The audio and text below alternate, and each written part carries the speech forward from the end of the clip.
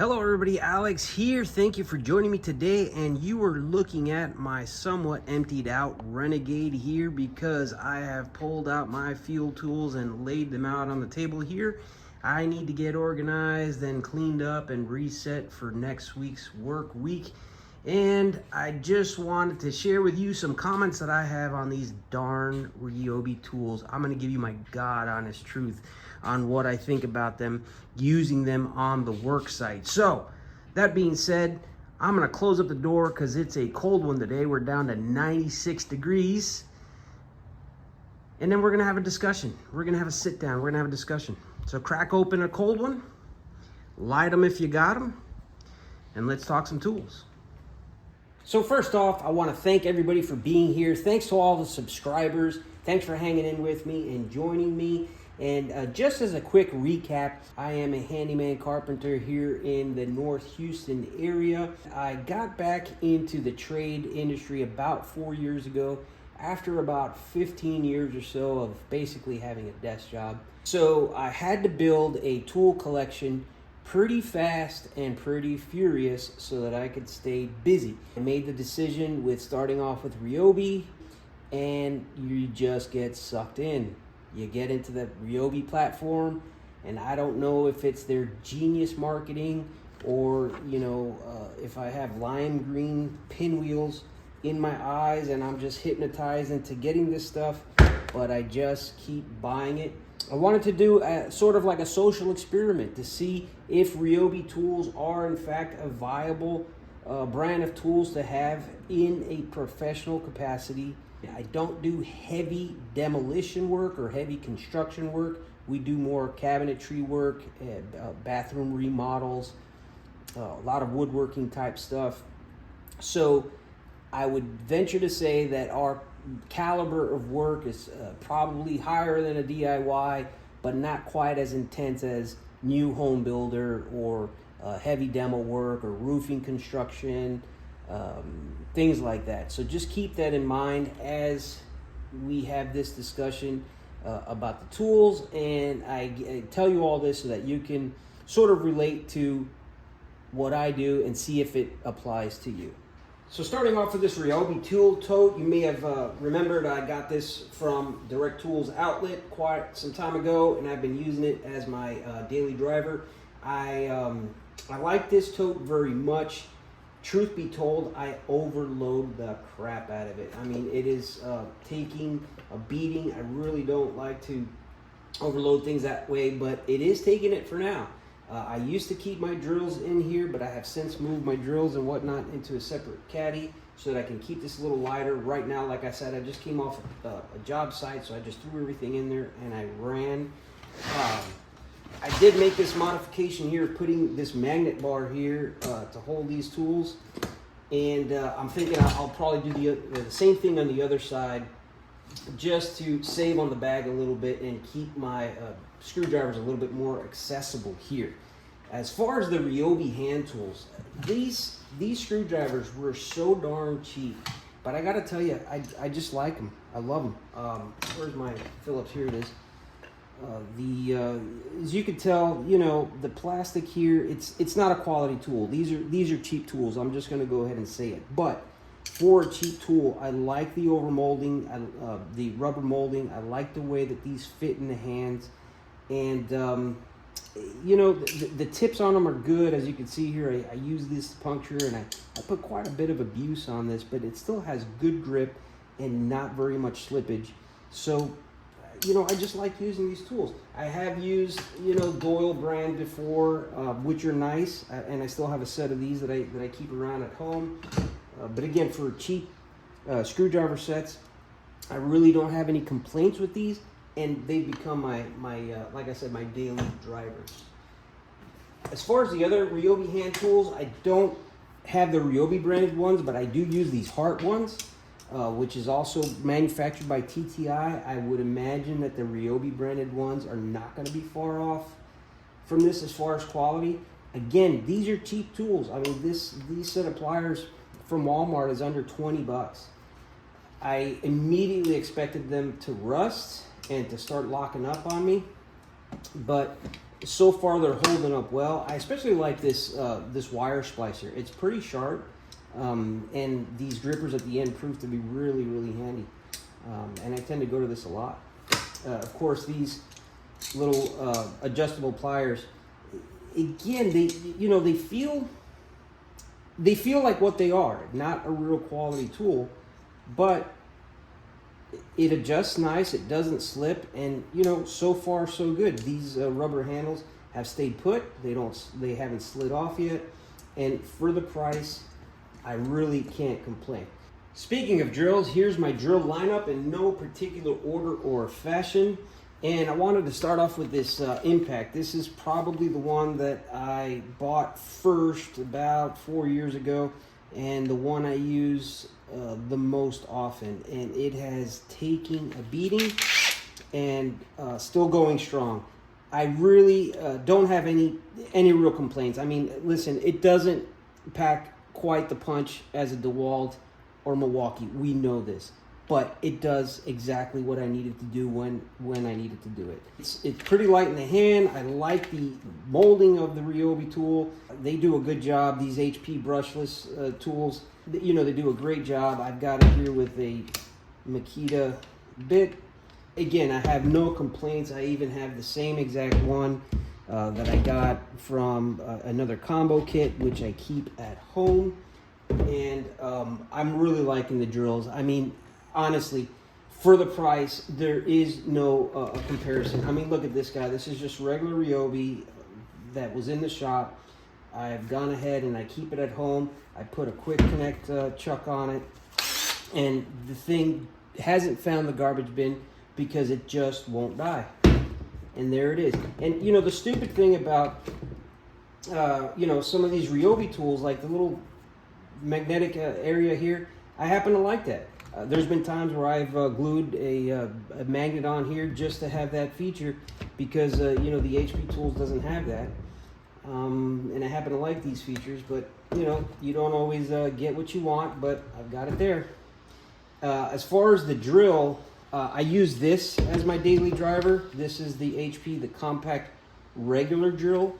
For quite some time, I was using this guy, which has the hammer feature. This is the compact hammer, and I thought I would burn this out by now.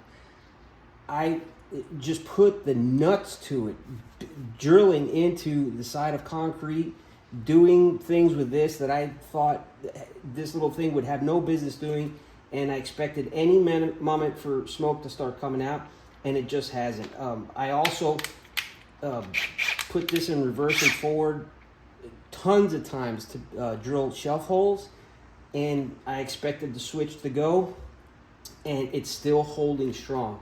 So what I've done is I've gone ahead and I got the regular drill with me that now I start to use this more often because I mainly drill holes into, to put cabinet hardware and just simple holes that I don't require the hammer function, so I carry that on me. But I've got this as a nice backup. I keep it at home. For good hammering stuff, I did get the full HP version of the hammer drill. I have not used this one a ton yet. This one's relatively new for me. I did put in a paddle mixer to mix some cement, and it did it no problem. This tool, it's very light for the hammer drill. Of course, it does come with the handle. When you put the big old battery on it, then of course it does get a little heavier, but it's pretty well balanced, and I like it about that. But I want to put a little bit more mileage on that before I give a full endorsement. But again, based on the track record of everything else, I really have no complaints, and you can't go wrong with the drills. This is probably my newest one. This is the compact 3/8 inch Impy. It's the 4-mode flavor for whatever that is. I've tested it, but I haven't really used it. Hoping when the fall comes through and I'll be able to do some more work on the cars and stuff, this will start getting some use. But it was on a good price, sale price, wanted to grab it. I've made it part of my collection. Now, before I move on to talk about saws, I want to talk a little bit about the lights and the vacs and the blowers and basically the Ryobi One Plus battery system in general. And because of the battery system, that I'm already in with the tools, this is what allures me to, of course, get the lights and the other little tidbits. That alone is convenience, but I recently got this light with the clip-on format, fantastic amount of light. It clips onto a ladder, easy, and it puts light where I need it. As well as this fan. This little fan, I mean, when you're working in a little room, little laundry room, putting in a cabinet, there's not much circulation in there. Man, this little fan is a lifesaver. You clip it onto a ladder when you're up high, hot air rises. It gets hot up there, folks. This little this little fan is a lifesaver. Bluetooth speaker, I've talked about before, not the best sound quality, but again, because it plugs into the existing batteries, it connects to my phone right away. No complaints. You got some music on the job site, and of course, we all know that that's the motivation, the fuel we need to keep going. This blower, I've got the tube for it somewhere, is a cheap little Ryobi blower, and you can tell. I mean, when this thing is on, it is loud and it sounds like it wants to rattle loose, but you know what? It was super cheap, and it's got enough blowing power to basically clean up a job site, blow off my tools before I put them in the car so that I'm not sucking dust on the way home. I do know Ryobi just released a new compact blower, and I'm excited to check that out. But again, you all know that I'm cheap, so I am not going to get that thing until it is on clearance. So that might be a while. As far as the lights and things are concerned, this little light, daily driver for me. I keep it in my kit, as you saw, and it, just sits well. It moves where I need it. It's nice and light. It's very bright for what it is, and I like it. I have an extra one for the home. My wife loves it. And again, it just leads me into talking about this battery platform and what Ryobi has done with these sort of tools and the tools that are good for home use. I mean, like this little compact vacuum as well. This little vacuum is going to make me want to look at the stick vacuums for the house. The HP stick vacuums. I've used Dyson vacuums before. They're great vacuums, but good golly, for the price, just not worth it. The Ryobi vacuums are much more reasonably priced, and based on the performance of this guy, I want to look into those vacuums and get it. I got this guy not too long ago. Truth be told, it's not the best work site vac. It has a HEPA filter inside. It gets clogged way too easy, so I'm constantly having to empty this out. With the head attachment, it does great on the sofa for pet hair and things like this, so eventually I will upgrade my vac to a workshop vac, or a work site vac, I should say. Relegate this one to home use. It's nice and light. I'm quite impressed with the performance of it. This is a powered head. It's got its own little motor in it, by the way, which is really nice. The performance is good, and it just makes me want to look more into the Ryobi products that you would use at home. Again, is it the marketing genius of Ryobi? Or is it because they just come out with these wackadoodle tools that all use this one battery that has never changed since its inception? So far, it's a good all-around comprehensive platform, and I'm becoming quite the fan. Okay, so now we're talking saws and cutting tools. So if we were to say that anything were to go a little bit south, it's with the saws. And can you guess where? We'll get to that in a minute. But this is my most recent little handsaw. This is the 6.5-inch Ryobi HP brushless that I most recently got, and I am in love. Super lightweight. The blade is on the left side, which is how I like it. I tend to be a little bit ambidextrous. Maybe that's why I prefer the blade on this side. It's quiet. It's got a soft start system to it. I went ahead and I made a stupid simple track cutting guide for it. And I carry this on the field. I have since put away my corded 7.25-inch 15 amp saw. I just don't need it. It's way too bulky. It takes up way too much space, And this little guy, for the size, weight, and power, and the quality of cut that it delivers, all day long. Same with this little guy. Keep in mind, this isn't going to give you the most detailed cut that a better quality tool or a quartered tool will give you, but for cutting toe kicks and cabinets, taking this up to the attics and cutting around ducts and whatnot, fantastic. This little guy I don't use a whole lot. Again, we don't do a lot of demo work, and that's where this little tool shines. But again, for snipping off nails, getting it to some tight places, I have no complaints. Again, I don't have a lot of mileage on this, but I have done some projects with it, and I've been very satisfied with it. The grinder, if you are a grinder type of guy, I wouldn't recommend it. This seems a bit underpowered. It sucks up battery like nothing else.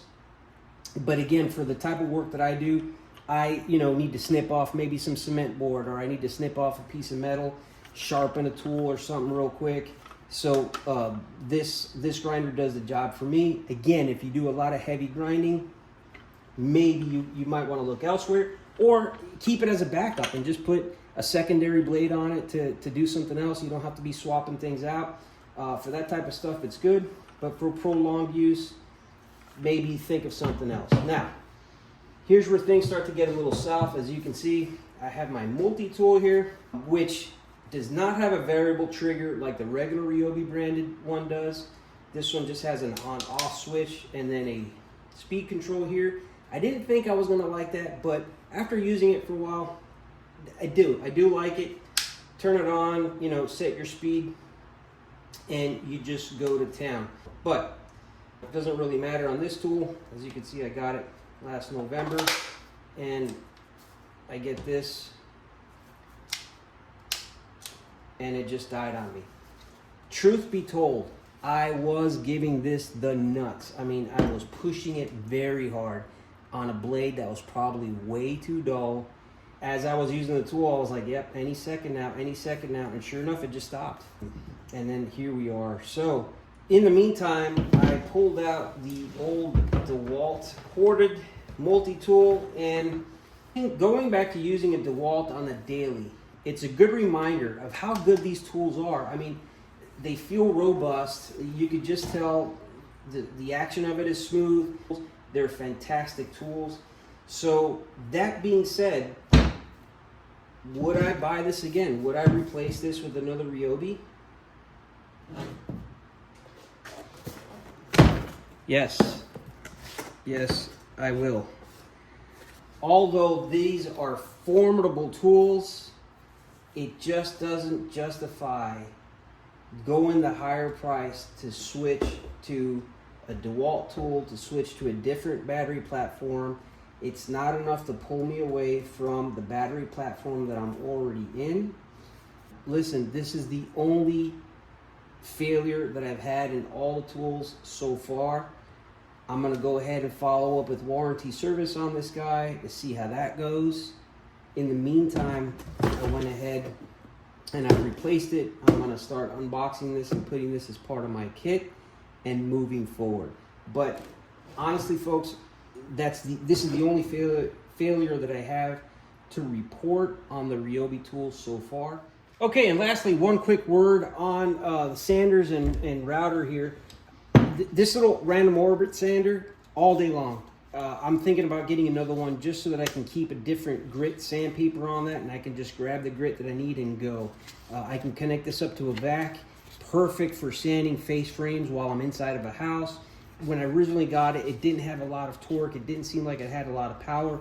But when you put a good sanding disc on it and you start to use it, it does deliver good results. So again, these are coming up so cheap. I'm thinking about just getting another one and maybe even getting the corner sander one as well. As far as routing, I have the trusty old Makita here, and I've had this guy. I have two different bits on it, so I don't have to change out. But I find myself going to this guy more and more. It doesn't have a variable speed control, but it doesn't matter to me. It does a great job. I got a little 1/8 roundover bit on it. fantastic. I'm thinking about getting another one again, just as a backup, putting a different bit on it so that I can avoid the bit change out time and all day long. This is a discussion about Ryobi tools. Make your own case. I mean, this has been my experience with it. Would I recommend Ryobi tools for somebody in a professional capacity? Absolutely. You'd be crazy not to consider it. I mean, for the price, for the money, the fact that they all work on the one battery platform, which, by the way, you know, a lot of the guys that I work with that have the Waltz, they never seem to have batteries charged. I'm carrying these around because I picked them up from the shop because there were a couple guys, they didn't have chargers. They didn't have charged up batteries for their tools. And I'm like, well, guys, I got some extra ones, you know, I'll share. Got to support your team, you know. You may not get on with certain fellas, but keep in mind, personalities are always different, but your goal is the same, which is just to get results and get the job done. But again, as far as batteries, you know, I keep my little battery caddy here, and I've always got a battery at the ready and charged up with this simple little setup that I got here. I've got 2 chargers in here that do everything, do all the charging that I need while I'm on the field. I have this little one that came with that work light, but it is god-awful slow. It just doesn't have the circuitry in it to charge a battery up in a reasonable amount of time. I thought it would be good because it really does save a lot of space. You just pop it on here and you go. But I'm thinking I'll just leave this at home to trickle charge the equipment that I have at home, and carry with me maybe another one of these to keep all these batteries charged. That said, speaking of batteries, will I continue to buy Ryobi batteries? Absolutely, I would.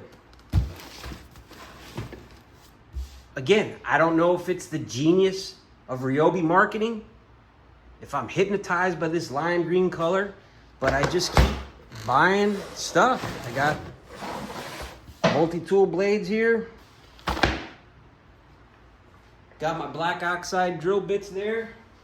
And some might say I'm going all in, folks.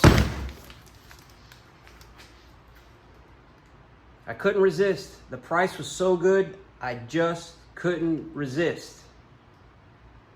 Now, don't get me wrong, folks. I'm not saying that Ryobi is the end-all, be-all of tools. I'm just saying that these tools have offered an incredible value for the price, an incredible amount of performance for the price, and on the job site, it's just hard to argue. Now, they will drive you nuts. They drive me nuts. Stupid stuff like this case here. I bought this kit for the case, and right off the rip, the latch on it broke. But again, you know, you get stuff like this, Ryobi branded knife, and then the tip breaks. And when it just keeps happening again, and the tips break, and again, and the drill bits break, and again, and the drill bits break. But in the end of it, for the value, I keep going back to it. Am I a glutton for punishment? Maybe, but that's my wife calling. Talk to you soon.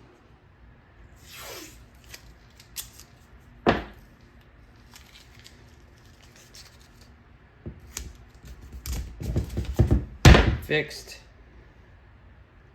Thank you for watching. God bless.